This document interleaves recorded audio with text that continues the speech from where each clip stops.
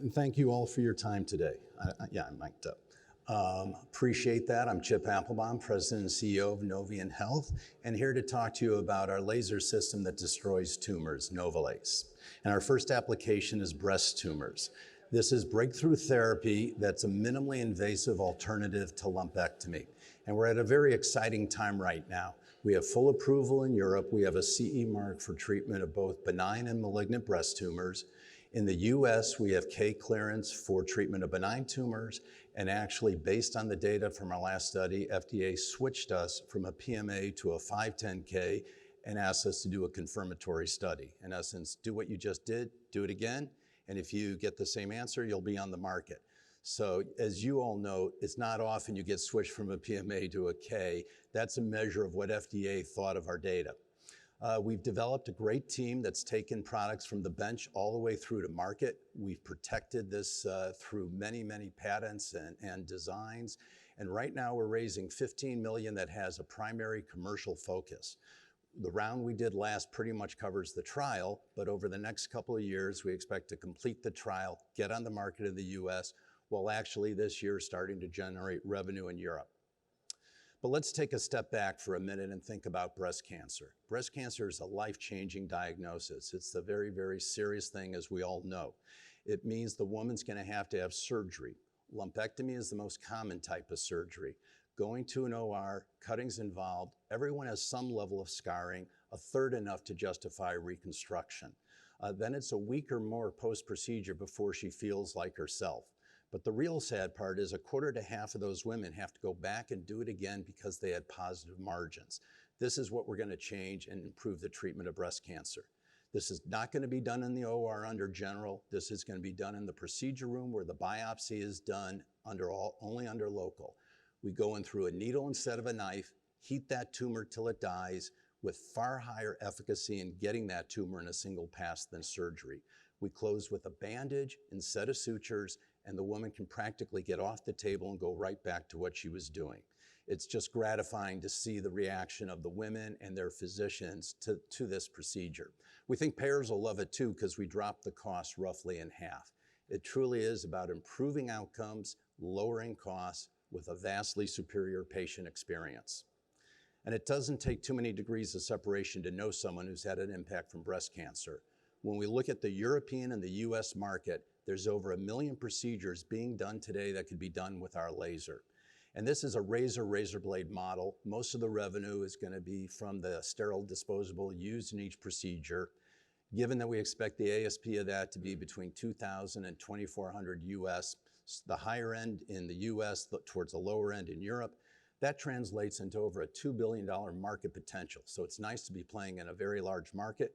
And the Breast Center has created our distribution channel, which actually gives us good focus. So here's the system. What you see on the left is the console housing the laser and the computer, but the real key is what you see in the upper right. 2 probes, one to deliver the laser energy to the center of the tumor, and a saline drip. The saline drip prevents historic issues with lasers of charring, lets us control the temperature, and actually improves heat transfer efficiency. The other probe has multiple temperature sensors, and it's well understood at what temperature tissue dies, so you place that at the periphery and you actually get true parametric control. I'll show you how this works. You would localize the tumor with ultrasound just like a biopsy. Same physician is doing this that does image-guided biopsies. Place the laser like an image-guided biopsy. We have a little probe guide that positions the thermal probe with the temperature sensors at the appropriate place. You have a screen that gives you real-time feedback for parametric control that when the periphery hits the target temp, the system shuts off. You cannot overtreat. We think this is one reason we have a great safety profile. We've done this hundreds of times, never had a serious adverse event. So bottom line, efficacy is pretty important. We talked about having to redo this because of positive margins. A recent meta-analysis looked at 7,000 lumpectomies and determined that the positive margin rate was 32%. That translates to a success rate of 68%. The American Society of Breast Surgeons actually realized this and in 2020 set a goal, knowing they weren't there, set a goal to hit 80%.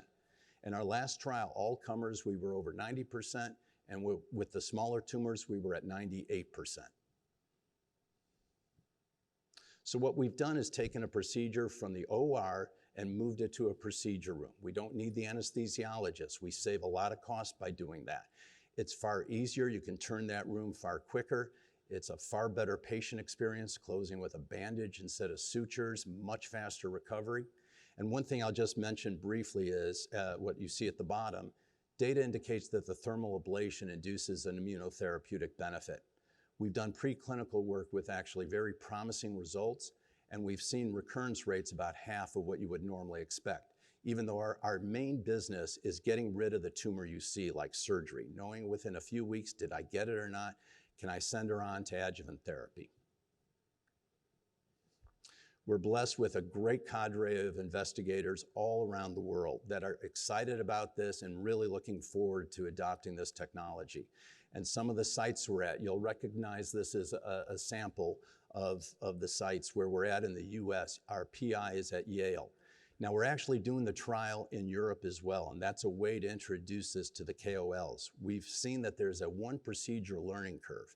It really is just one procedure, and it's more about comfort than skill. They already have the image guidance skills from doing biopsies. So we've signed up 3 of the largest breast centers in Germany, the largest private, the largest public breast center in Switzerland, Oxford in England, and depending on who you ask, either the largest or second largest center in Israel.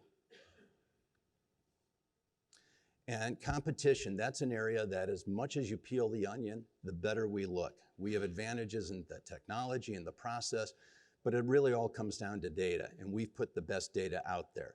I'm fortunate that actually, independent of us, Frost & Sullivan has twice studied this area and twice came to the conclusion that Novolase was best in space.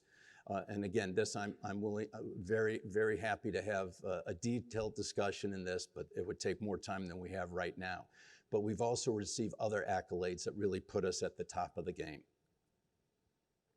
Small team again, but again, vast experience. I joined Amgen when Amgen got their very first approval and helped them launch that product, built their business development department, and then led the team to launch their third product. After about a decade, I went with a group out of Amgen to start a molecular diagnostics company, and then later on was recruited here.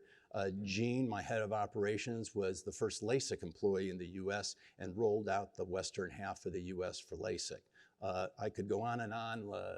Julian helped bring Visualase to market. So where are we today? We have a first mover opportunity. We're the only thermal ablation device with a specific indication for breast cancer in a major market. We have well positioned both from a personnel, from the sites we're at, from the team we've built. We're ready to go. We're funded for the trial. We're looking now for the funds to really make that commercial push and prove out the commercial model. And we're going to be doing also a post-marketing study in Europe, which will then help and feed back to helping us in the US. So basically 2 years from now, we expect to be on the market in the US and have generated revenue in Europe. So if any of you are interested in improving breast cancer for millions of women, I'm going to be around the rest of the day and would look forward to speaking with you. Thank you for your time.